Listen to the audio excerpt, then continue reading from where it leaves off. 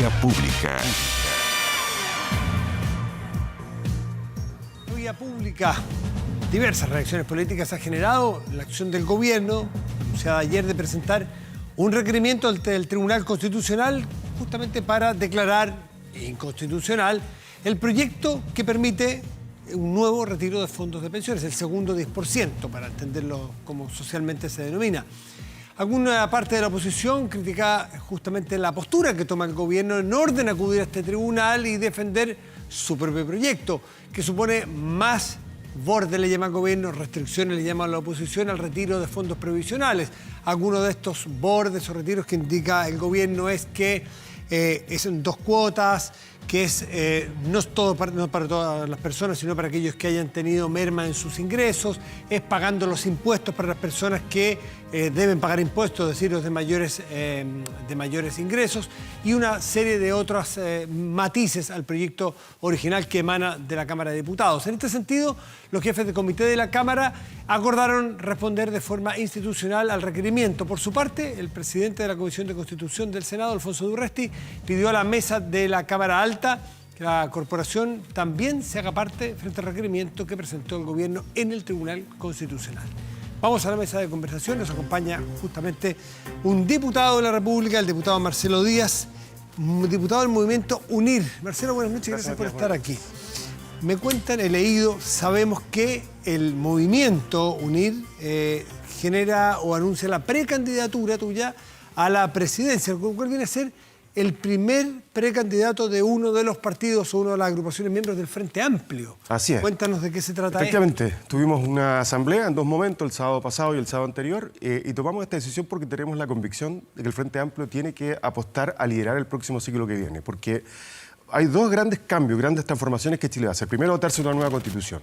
Pero la Constitución no es una varita mágica, no es la fuente de los milagros. Lo que va a hacer es acabar con las trampas de la actual Constitución que impiden que la soberanía popular se exprese, porque mantenía un modelo económico protegido por un conjunto de enclaves autoritarios. Por ejemplo, el propio Tribunal Constitucional, los senadores designados en su momento, el binominal, y hoy día los quórums supramayoritarios que impiden que algunas reformas que en cualquier país del mundo requerirían simple mayoría en las cámaras o en el Congreso no se puedan realizar. Es decir, le entrega a la minoría un poder de veto para muchos cambios sociales que la gente ¿En algunos casos demanda. te parecería o te parece prudente que haya quórums más altos o todo debe ser simple mayoría? Fíjate que no, yo creo que no, hay muy pocos países que tienen para aprobar políticas públicas quórums especiales. Fíjate que si uno lee, por ejemplo, la propuesta horizontal, ellos plantean algo que me parece natural. Todos los quórums de horizontal, que es el Centro de Evópolis, plantean quórum de mayoría simple, de mayoría absoluta, perdón, quórum calificado, es decir, la mitad más uno de los parlamentarios en ejercicio.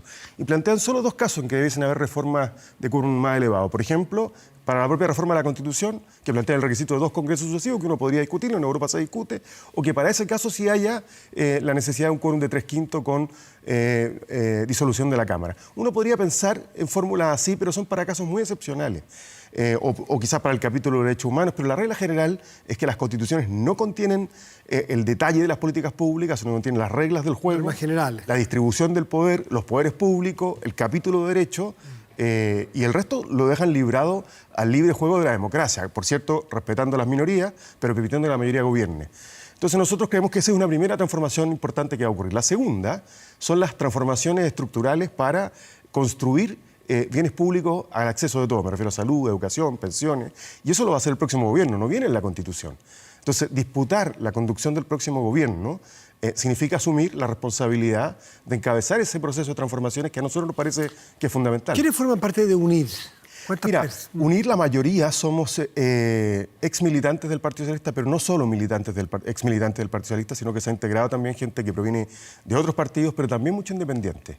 Y hemos decidido mantenernos y prevalecer como movimiento y no como partido político, entre otras cosas. ¿En la asamblea cuántas personas participan? En la asamblea en la primera participaron 100 personas y en la segunda participaron 60 personas, que representan a todos los círculos territoriales de la organización. Nosotros somos una organización nueva, nos fundamos por ahí por marzo de este año, perdón. Tenemos círculos en la región de Valparaíso, la región de O'Higgins, la propia metropolitana, en la segunda región. Estamos avanzando en la construcción de nuestra. ¿Cuál es el proceso para elegir un candidato del Frente Amplio?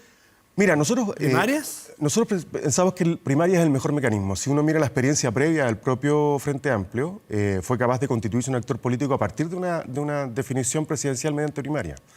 pero en torno a un proyecto que es compartido. Yo siento que eso es, y por eso nos sentimos muy cómodos en el Frente Amplio. Más allá de las diferencias que uno puede observar, hay un proyecto compartido, hay una vocación de transformación, de reconocer a la sociedad como un actor que tiene que estar presente en las definiciones políticas, y ese sentido de comunidad hay que hacerlo prevalecer. Nuestra precandidatura es un aporte a la construcción de ese proyecto colectivo del Frente Amplio, para que el Frente Amplio tenga una candidatura en común con la que dispute con otras fuerzas políticas que representen proyectos alternativos, ya sea en una primaria más amplia de la oposición, pero nosotros decimos que hay un orden lógico para esto, programa y luego primaria, para no tener el histórico problema de que las alianzas políticas se fundan en torno a objetivos electorales y no programáticos. Yo siento, por ejemplo, que ese fue uno de los grandes dolores de cabeza que tuvimos en el gobierno de la presidenta Bachelet, que había una coalición que tuvo una mayoría importante, significativa, es la primera que tuvo 4/7 desde el retorno a la democracia, podía hacer alguna reforma, pero el programa de gobierno, en vez de haber sido un compromiso explícito de todas las partes, fue un campo de batalla. Por eso es que nosotros decimos programa primero, primaria después, y eso significa que si hay posibilidades de entenderse más transversalmente con otros actores de la oposición, bienvenidos en torno a ese programa, y eso definirá entonces con quién debiésemos competir en una eventual primaria más amplia. En torno al 10% se han dado tantos temas, se han discutido, no solamente se discute de pensiones, se discute de muchos temas a partir de eso, ha sido como un núcleo central de otras discusiones. Y una de ellas es que dicen, ya que Chile se ha dado, los habitantes de Chile, se ha dado mayoritariamente una cita para abril, para empezar un proceso constituyente, es importante respetar la Constitución vigente y después para que se respete la que sigue. ¿Qué te parece a ti? ¿Qué opinas tú de propuestas actuales de, por ejemplo, de legislar a través de modificaciones constitucionales ahora? O lo que propuso en su momento la diputada Vallejo de modificar los 2/3, lo cual en el plebiscito todos entendíamos que iba a ser la aprobación de los artículos de la nueva Constitución.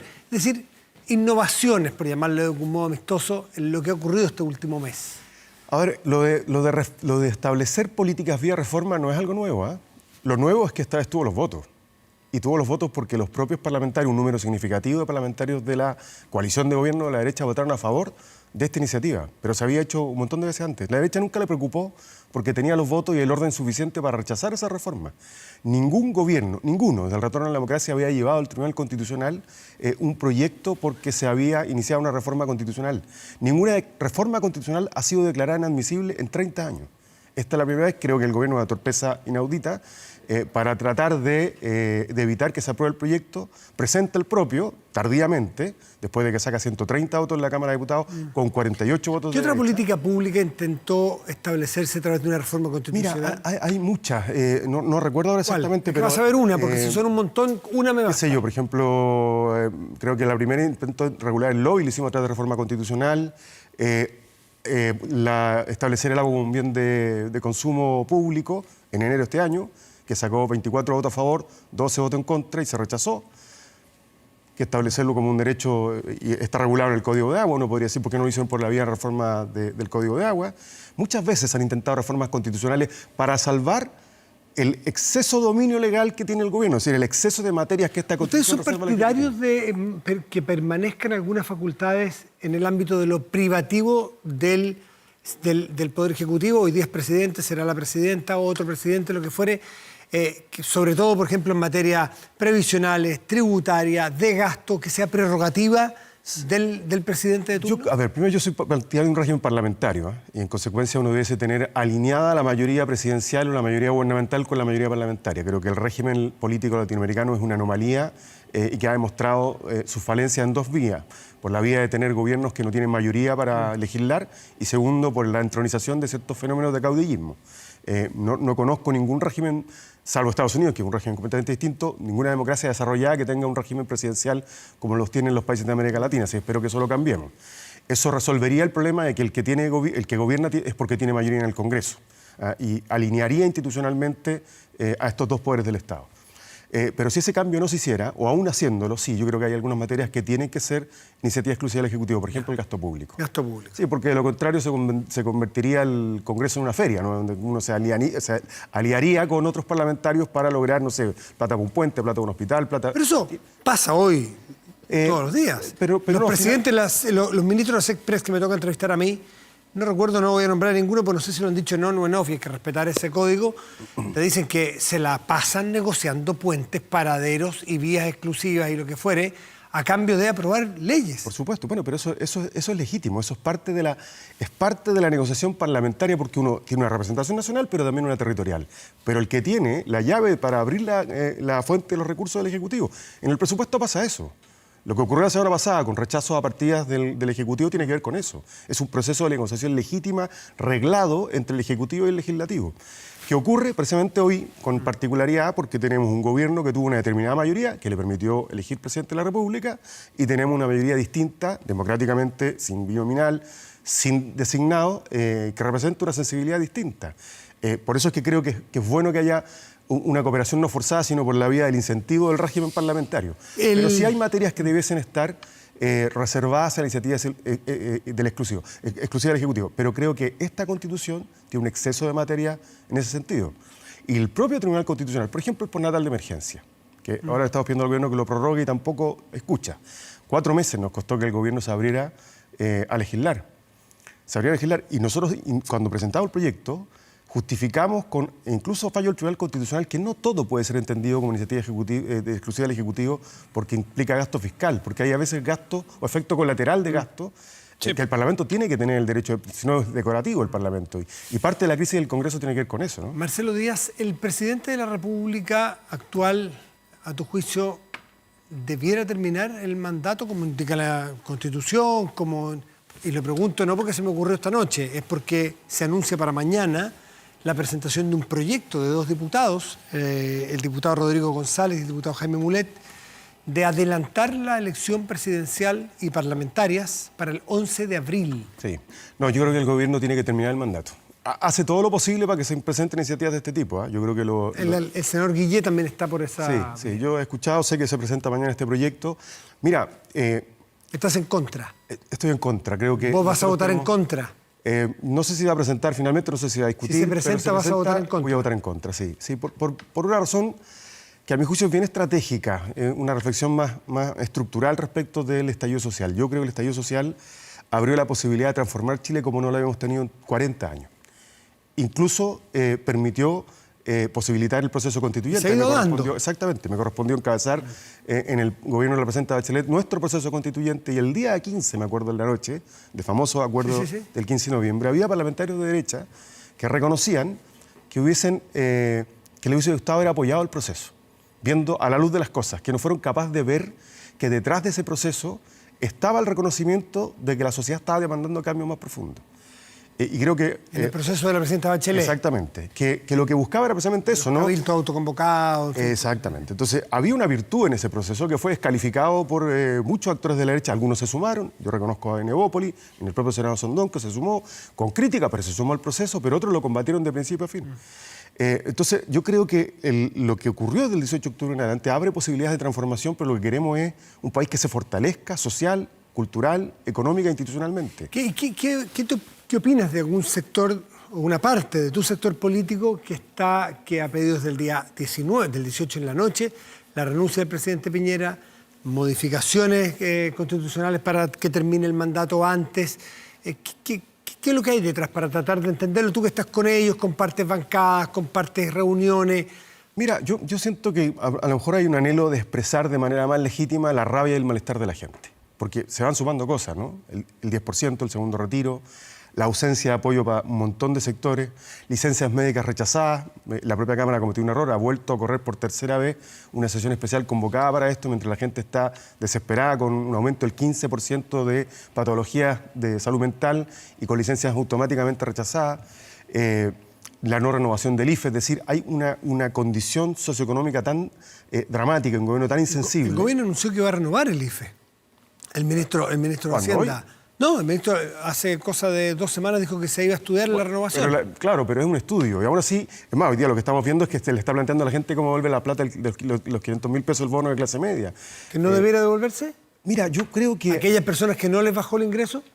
¿Sabes lo que pasa? Es que esto también tiene que ver con el tema de los impuestos en el retiro de la AFP. Ni siquiera tenemos estadísticas suficientemente claras para saber si esa gente ha sido sostén económica de otros. Y si se comprobara de que esas personas no resintieron sus ingresos, podría. y pidieron el bono 500.000 pesos, ¿no hay que devolverlo? Sí, en ese caso sí. En ese caso sí. Pero, ¿los funcionarios públicos a los cuales no les han rebajado el ingreso? Mi pregunta es, primero, ¿fue el Estado suficientemente claro? ¿El Estado no cometió un error al poner en los formularios, no establecer claridad en los formularios? Yo conozco gente que de buena fe lo pidió y que no lo usó solo para sus necesidades, lo pidió también para ayudar a otras personas de su familia que no son funcionarios públicos. Hay mucha gente que ha mantenido sus ingresos, pero ha sido el sostén económico de familiares que sí han perdido sus ingresos. Pero no es por la vía regular. Si un funcionario público no lo hace por la vía regular, ¿qué esperamos para las personas? No, yo estoy de acuerdo. O sea, aquel que lo hizo de mala fe, intentando obtener un beneficio ilegítimo que no le correspondía, por supuesto que tiene que asumir la sanción que eso implica. Y en el 10% para alguien de izquierda, ¿no le hace ruido el que retire el 10% y que si es que está en niveles altos de ingreso, no pague impuestos por ello? A ver, sí, teóricamente sí. Si uno lo mira doctrinariamente, uno esperaría que haya una mayor contribución de aquellos... Mayores ingresos, exactamente. Pago de impuestos. Pero hay dos cosas que me parece que son importantes tener a la vista. Primero, el mismo punto que decía ahora. Hay gente que efectivamente, personalmente no ha tenido merma en sus ingresos, pero se ha convertido en el sostén económico de otros. Segundo, si el gobierno hubiese accedido a la propuesta que universalmente, o que ampliamente le hizo la oposición al comienzo de las medidas de confinamiento, que era la renta básica universal, hasta el decil 90, o 9, perdón, probablemente no habríamos tenido tantas políticas públicas llenas de filtros que dejaron mucha gente afuera. El mundo de la cultura, por ejemplo, que tuvimos el otro día un debate muy áspero con el ministro de Hacienda. El mundo de la cultura es un mundo precario, de empleo irregular, por temporada, que ha estado completamente abandonado. No clasifican ninguna de las políticas públicas que el gobierno ha puesto en marcha. Ni siquiera en el retiro del 10% muchos de ellos. Es un sector que está completamente a la deriva. Entonces, lo que debió haber hecho el gobierno, como lo hizo Nueva Zelanda y otros países que enfrentaron mucho mejor, es cierto, tienen más recursos, pero estamos hablando proporcionalmente en tanto medida, como criterio, con políticas de apoyo universal, probablemente estaríamos con menos dificultades que las que tenemos hoy día. David Bravo, el encargado del equipo de estudio en materia de pensiones de la presidenta Bachelet, gobierno en el cual tú participaste. O sea, David Bravo no vamos a decir que es un UDI, ni vamos a decir que es un libertad de desarrollo, ni un neoliberal. En el diario el fin de semana dijo que el retiro del 10% va a quedar en la historia, no sé si lo digo, voy a decir exactamente, como la peor política pública que se haya diseñado o anunciado o presentado o aprobado, no sé qué dijo exactamente. Como la peor. Una persona que es de tu sensibilidad política. Sí, bueno, no sé si es mi sensibilidad política en especial. Pero un hombre de la centroizquierda. Sí, lo leí, entiendo además que lo hace desde su condición de especialista en pensiones, por eso encabezó la comisión que planteó estas tres alternativas en el gobierno de la presidenta Bachelet para hacer una reforma de las pensiones. Pero también yo le pedí a algunas personas, especialistas, expertos, que salgan un poquito de su metro cuadrado y que se den cuenta que aquí hay una condición, un escenario completamente extraordinario. La gente está pasándolo muy mal porque cambió radicalmente la realidad de sus condiciones de vida, sanitaria, económica y sociales. Mucha gente no tenía acceso a nada más. Y el sistema de pensiones se sostiene en una promesa que fracasó. Entonces, ¿cómo le explicas tú a alguien que hoy día, que necesita recursos, no le dejen acceder a su 10% o al segundo 10%, con la promesa de que mañana, o con la amenaza de que mañana sus pensiones van a ser malas, si son malas hoy día? Ahora, ¿esto significa que no impacta las pensiones? Por supuesto que impacta las pensiones. Yo no recuerdo a nadie sensato de mi mundo que no haya dicho que aprueba los retiros a sabiendas de que tiene un impacto en las pensiones. ¿Cómo se explica que el primer 10%, que fue en julio aproximadamente, era de una forma y el de ahora, que va a ser en diciembre, va a ser de la misma forma? Cuando, por ejemplo, de hecho, por el propio David Bravo, que dirige un estudio de estadísticas de la Universidad Católica, dice que de empleo se han recuperado 722.000 empleos entre julio y ahora. Por lo tanto, hay cientos de miles de personas que tienen hoy día una mejor condición que entonces. ¿Por qué entonces, sabiendo que es una mala política pública, no considerar al menos ese factor para ver que haya personas que pudieron retirar en su momento, pero hoy ya no porque recuperaron el empleo? Para no dejar vacía la caja de las pensiones, no de las AFP, del sistema de pensiones de Chile. Sí. La pregunta que uno tendría que hacer es si esa recuperación de empleo ha ido acompañada de recuperación económica de esas familias, si no están ahogadas todavía en deudas contraídas para sostener la economía familiar. ¿Y las deudas las pagamos con las platas de la jubilación? Cuando la gente no puede salir a trabajar. Debimos haberlas pagado una renta básica universal. con una política que fuera capaz de sostener la economía familiar de manera más estructural y no con estas reformas que el gobierno fue planteando. Primero el bono COVID, después el IFE 1, regresivo, es decir, disminuía a medida que avanzaban los meses. Después planteó un poquito más extensivo, ahora diciendo que va a estudiar su prórroga. La gente ha tenido que seguir pagando sus deudas, ha tenido que seguir comiendo. Por ejemplo, mira, hay gente de ingresos medios. No, sí, mucha gente muy complicada. El punto, ¿por qué no focalizar un segundo retiro que es distinto al primero? Mira, yo creo que hay una focalización natural en esta materia, porque el dato que yo tengo es que de los 11 millones de cotizantes, el primer retiro solo lo hicieron... 200. 2 millones 100. Exactamente. No, 9 millones. 200 se quedaron sin nada. Disculpa, exactamente. Eso quiere decir, y eso quiere decir que esa gente no retiró porque no lo necesitaba. Yo creo que hay una autorregulación de la sociedad. Pero todos los análisis que hicieron muchos expertos, incluso el propio gobierno, de que iba a ser un acabose, un desastre para la economía, no ocurrió.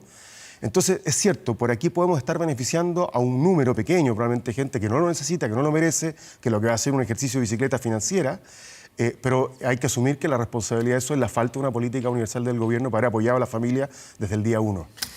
Marcelo Díaz, muchísimas gracias por haber estado esta noche aquí, presencial además, en el estudio de Vía Pública. Buenas noches, Marcelo, como siempre, gracias. Hacemos una pausa y ya volvemos, espérenos.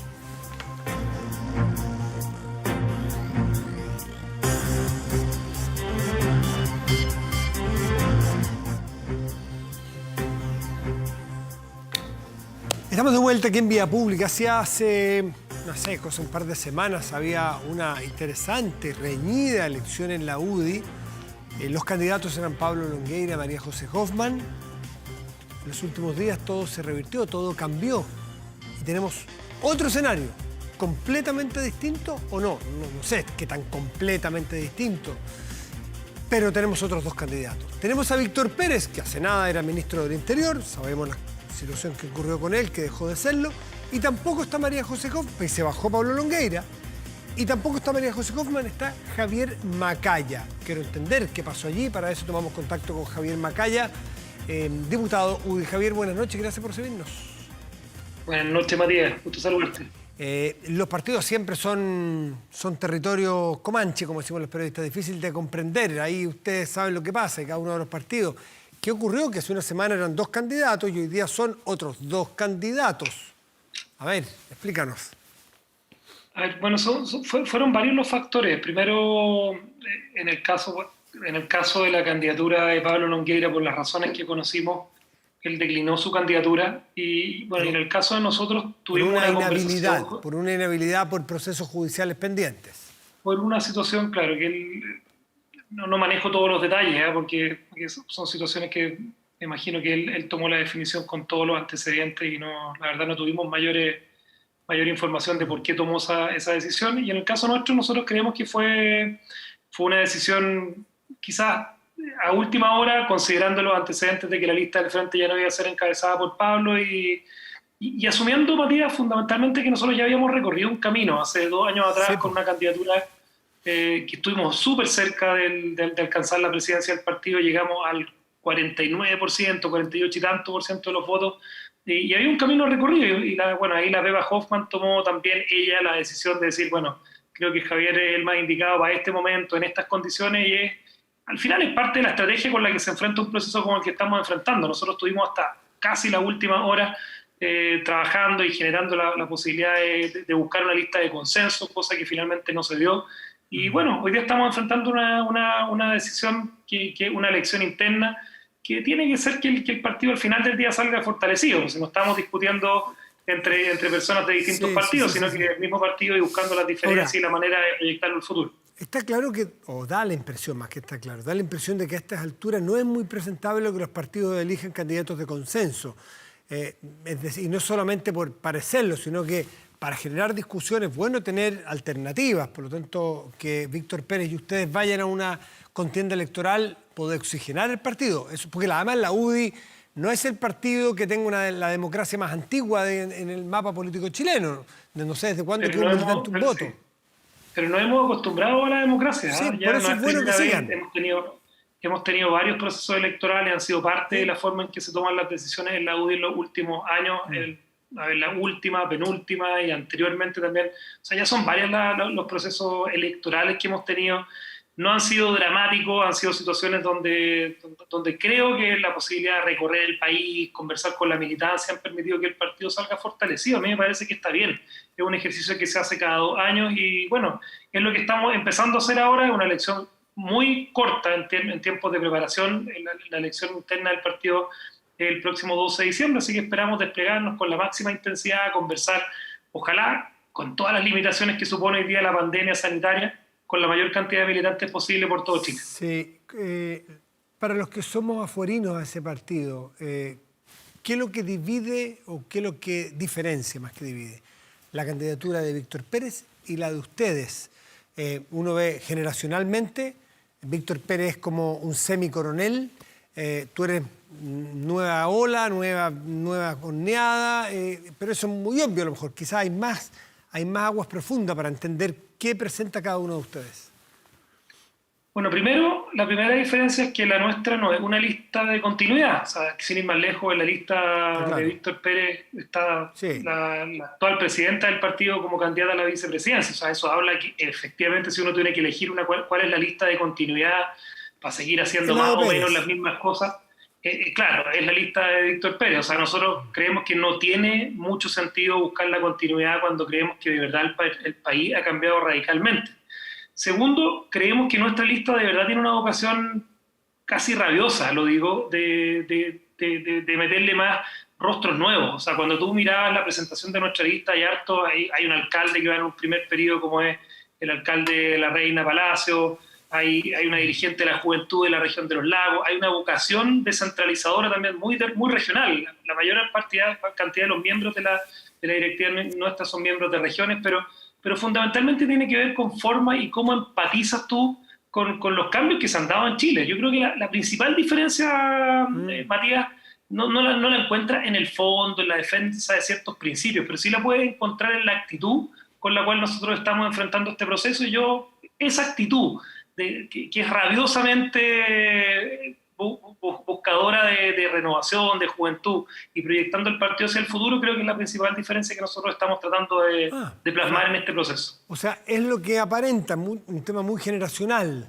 más que de fondo, diferencia. Pero fíjate que tenemos gente con muchísima experiencia que está detrás de nosotros. No es solamente la diferencia generacional. Además, oye, yo como que estoy medio cansado de que nos digan tan jóvenes. Yo llevo 3 periodos en el Parlamento, está bien, joven hoy día.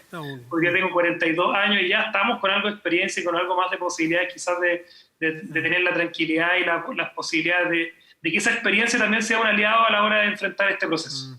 Para ver las diferencias que podamos decodificar los que no somos de tu partido, no entendemos los códigos de ustedes, ¿ustedes están con Lavín o con Matei? No hemos tomado definiciones sobre aquello. Creemos que es un orgullo para el partido que tengamos 2 liderazgos presidenciales importantes que se tienen que despegar, que si nuestra lista es electa, tenemos que darle garantía a ambos candidatos. Creemos que es un lujo que ambos candidatos puedan estar hoy día punteando ahí, marcando bien en las encuestas.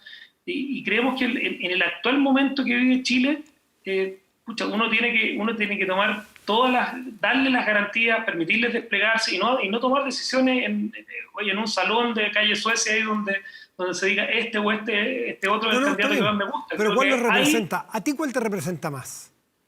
Fíjate que yo rescato rasgos de ambos. A mí me gusta mucho el sentimiento. A mí me gusta mucho dos aspectos. Pero hay que elegir un candidato, pues esto no es Lego. Pero es que no es el momento de definirlo, Matías.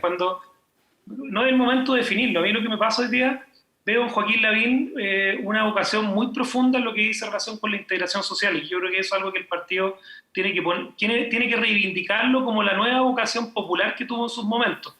Después, cuando yo veo que él pretende salirse del eje, del clivaje histórico que ha vivido Chile en los últimos 30 años, de la izquierda y la derecha tradicionales, de los que estuvieron con Pinochet, los que son de derecha, los que son más de izquierda, o la caricatura que se le pretendió instalar a Joaquín Lavín, que a mi juicio la explicó muy bien, de la socialdemocracia, de meter rostros que vengan de alguna manera de las personas que la izquierda más extrema, de la antigua Concertación, han echado de la coalición de oposición hoy día. O sea, tú ves hoy día en eso.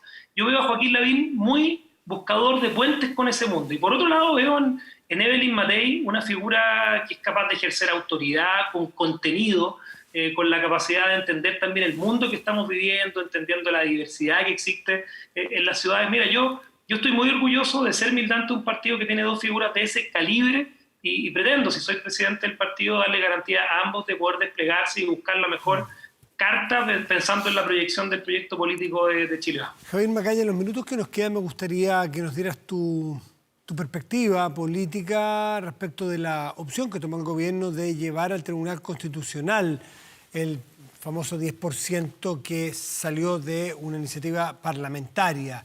En este momento la oportunidad, no el principio, porque el principio no es muy discutible, el tema quizás es la oportunidad y que pueda enardecer el ambiente político frente a un proyecto que es del propio gobierno que podría haber llegado o puede llegar a acuerdos.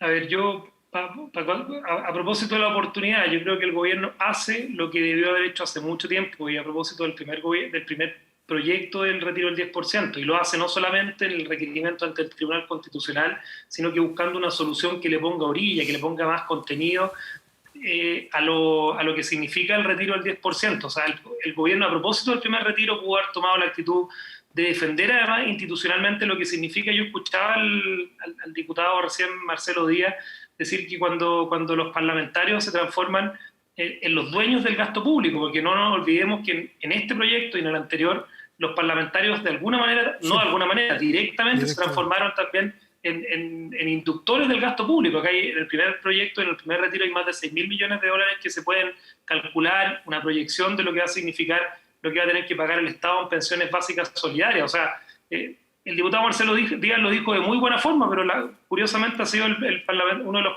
parlamentarios que ha impulsado tanto el primero como el segundo retiro. Yo, en la conclusión de respecto a los tiempos, yo creo que el gobierno hace correctamente lo que debió haber hecho en el primer retiro, y bueno, más vale tarde que nunca, como dicen por ahí. El punto que el diputado Marcelo Díaz, que es de la oposición, no nos debería llamar la atención que vote como vota. Lo que llama la atención es que tantos diputados y senadores de la UDI, el partido que tú aspiras a presidir, ha sido el que terminó por voltear al gobierno, casi impedirle, tácitamente, impedirle ir al Tribunal Constitucional si tenía la cantidad de votos suficiente de un eventual quórum. Entonces, ¿cómo manejar a los propios UDI que parecen hoy darle la espalda a su propio gobierno?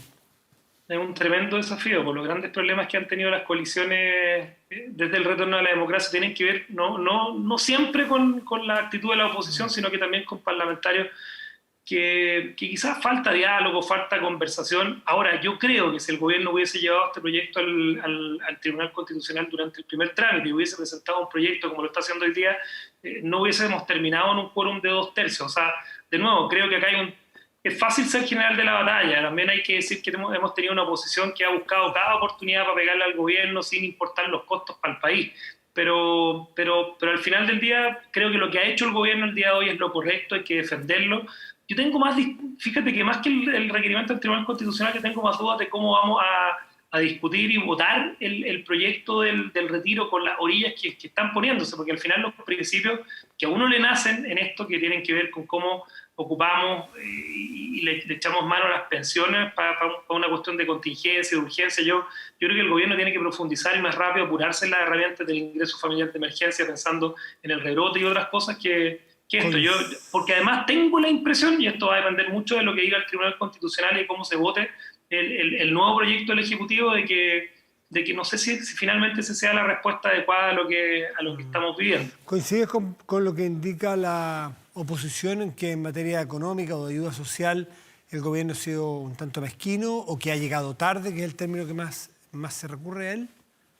Mira, estando en la oposición sin entender lo que ha sido la peor pandemia económica, no solamente sanitaria, sino que económica de los últimos años en Chile, es re fácil pegarle al gobierno y criticarlo. Acá es impensado que un país gaste un 5% de su Producto Interno Bruto en medidas sociales. Es lo que ha hecho Chile y que está muy por encima de lo que han hecho otros países del continente. O sea, creo que siempre la angustia que han vivido millones de chilenos en los últimos meses, y que bueno, quizás es medio contracíclico, porque este segundo retiro se está planteando cuando estamos con algún crecimiento, algún aumento de lo que han sido las expectativas y el movimiento económico, y por lo tanto uno tiene que estarse preparando también para lo que venga más adelante, considerando los potenciales y posibles rebrotes que puedan venir durante el primer trimestre del próximo año. Javier Macaya, diputado de la UDI, candidato a presidir ese partido. ¿Qué día es las elecciones en diciembre? ¿Qué día es el 12 de diciembre? Nos faltan 3 semanas, una campaña cortita. Vamos a estar desde mañana, como te decía, ya a full, recorriendo, conversando. Hay harta de este formato de conversación que es lo que nos permite hoy día la pandemia, porque íbamos a ir a los lagos el fin de semana, estamos viendo si podemos, porque están ahí con algunas situaciones de rebrote. Sí, no está tan fácil. Más vale, claro, suscribirse a Meet, a Zoom, a Teams, a lo que sea, pero fíjate Matías, que parte de los problemas de la política de estos últimos meses tienen que ver con eso. Yo creo que la política de cara a cara, con afectos, con un café, con una conversación personal, es súper diferente para convencer a este gobierno, y la oposición le ha faltado mucho más, ha tenido mucho Zoom y poca conversación y poco diálogo. Mucho Zoom, ¿eh? Este gobierno de Piñera, mucho Zoom y poco diálogo cara a cara. La política en general, no el gobierno de Piñera. Entendí que a este gobierno. No, a la política en general le ha faltado mucho eso. Perfecto. Javier Macaya, buenas noches, muchas gracias, como siempre.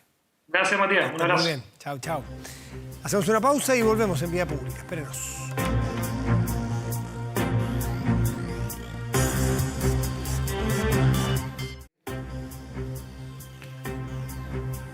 Protéjase de la delincuencia con Tepillé, vigilancia en tiempo real de cámaras de seguridad con audio disuasivo para su empresa. Alarmas Tepillé con cámaras conectadas a su smartphone y botón de emergencia móvil para su hogar. No sea usted la próxima víctima y contrátelos en tepillé.cl. Vamos a la pantalla. Y ahí revisamos nuestro portal de noticias 24horas.cl, por favor, y revisamos cuál es la noticia que lo encabeza en este momento. Meteorología pronostica altas temperaturas en varias regiones del país. Mira ahí el niño tratando de mojarse un poco la cabecita y el pelo, porque, bueno, sabemos de esto, los meses de noviembre, diciembre, enero y a veces febrero, al menos aquí en la región metropolitana y en el norte, que decir, bueno, el centro-sur también. Pausa y volvemos en Vía Pública.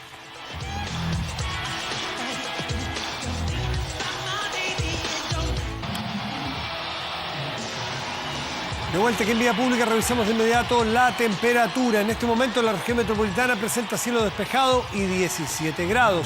Para mañana y pasado esta región tendrá cielos despejados ambos días, martes y miércoles, con máximas probables de 30 y 32 grados respectivamente. Revisamos otras regiones del país. Nos vamos al sur, Punta Arenas, región de Magallanes y la Antártida chilena. Chubascos para mañana y máxima probable de 12 grados. Y los Andes, región de Valparaíso, tendrá cielo despejado y una máxima probable de 29 grados. Un 23 de noviembre, Michael Jackson llegó al número 1 con Black and White, del disco Dangerous. La canción, grabada en 1990, habla de la tolerancia y es recordada por su revolucionario video, que incluyó el primer uso de la técnica digital del morphing, que es un videoclip. En el segmento final, rostros de distintas razas y nacionalidades se fundían mientras cantaban. El video fue dirigido por el cineasta John Landis, el mismo de Thriller, y se estrenó simultáneamente en 27 países.